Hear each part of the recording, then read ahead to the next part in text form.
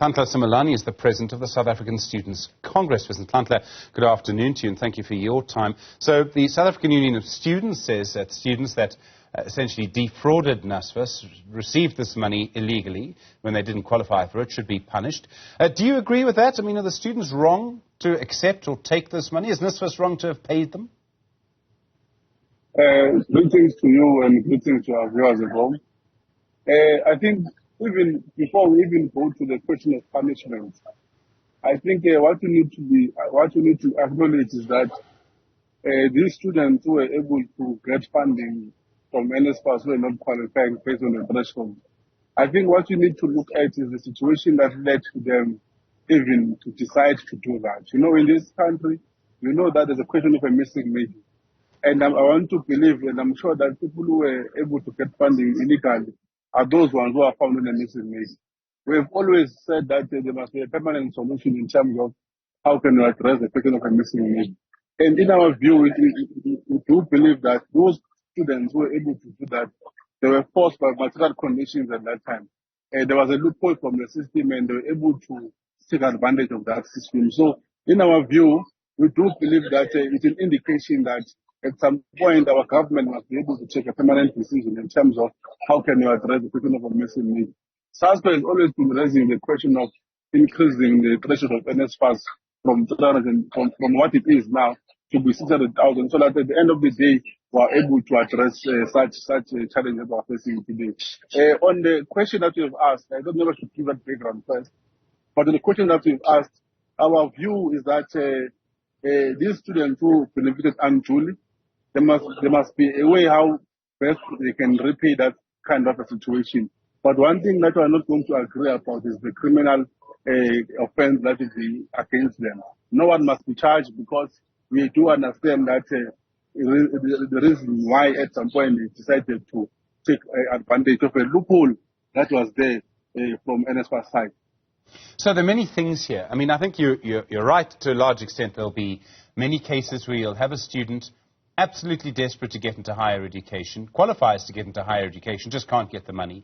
They use their grandparents' details because they know that this probably gets them and their entire family into the middle class. You get one student into a good job, the rest of the family sort of moves along with them. That's the idea. So it's critically important. On the other side, there might also be cases where, I understand the SIU is looking at this, where there's almost organized criminality. You know, syndicates who are sort of finding loopholes with NSFAS and making money there. So could the problem now be, Vezinhlanhla, that it's actually going to be quite difficult to see what happens? You're going to have to look at each case and make a decision about whether to charge the person with fraud or not. If it's deliberate and someone was trying to make money out of NSFAS, well, then charge. If it is someone who's just in a desperate situation, well, then maybe some other option. I think what the investigation unit should be able to do when they are approaching this matter, in our view, we don't think that they must use an umbrella approach. We are quite correct that there are some students who are desperate, who are in need of money. Those ones who are directly involved in corruption, I think there must be some kind of punishment for those ones. So we do believe that when we are taking this matter, we need to go case by case. I know that there are many students, there are about 4,000 students that benefited according to the SIU report. But in our view, there must be an investigation should be thoroughly.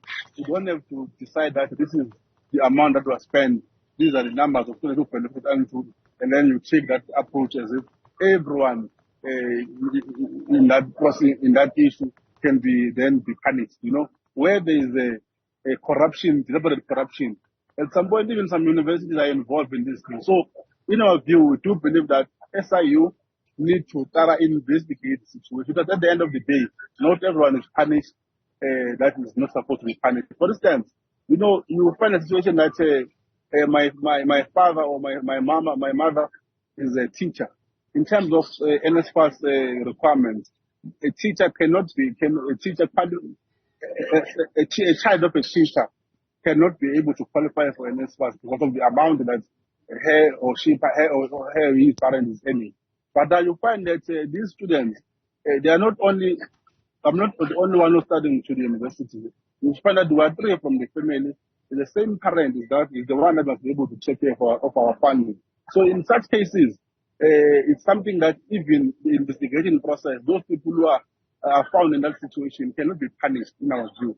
Because actually this thing is, in our view, some kind of a protest. You know, when there are challenges, people are protesting, we protest in different ways. So those ones who are, of course, in our view, protested around this matter, as much as you can put it to say it was a corrupt element and all of those things, it's an indication that our government, at the end of the day, must be able to find a permanent solution to see how can we address the question of a missing link. So, Vezinhlanhla, I mean, I agree with you. There must be a permanent solution, and there isn't one yet. I think it might be hard to argue that fraud is a form of protest, though. I mean, I hear what you say, but to say that fraud is a form of protest, because legally this probably is fraud, I mean, I think it might be difficult to say that. You know, we are not saying that fraud is a form of protest. What happened, in our view, exposes what we've been always raising as an organization, to say, address this matter. And we're saying again, those who are found guilty about this process must be able to be punished. But now, when it comes to the punishment of our students, we don't believe that our students, when they're being punished, especially when they were involved in this process, genuinely because of that desperation, the punishment should not be the one of a person who just broke into the house and stole. That one deserves to be criminally charged in all of these things. That is why we believe that the investigation process should not be an umbrella approach. We need to try and investigate what informed Vezinhlanhla Simelane to participate in this process. We are not saying a fraud is a sign of protest, but don't also shy away from the fact that this thing is exposed that indeed there's a need to address the question of a missing link. Vezinhlanhla Simelane, thank you, President of the South African Students' Congress, Sasco. I do appreciate the time.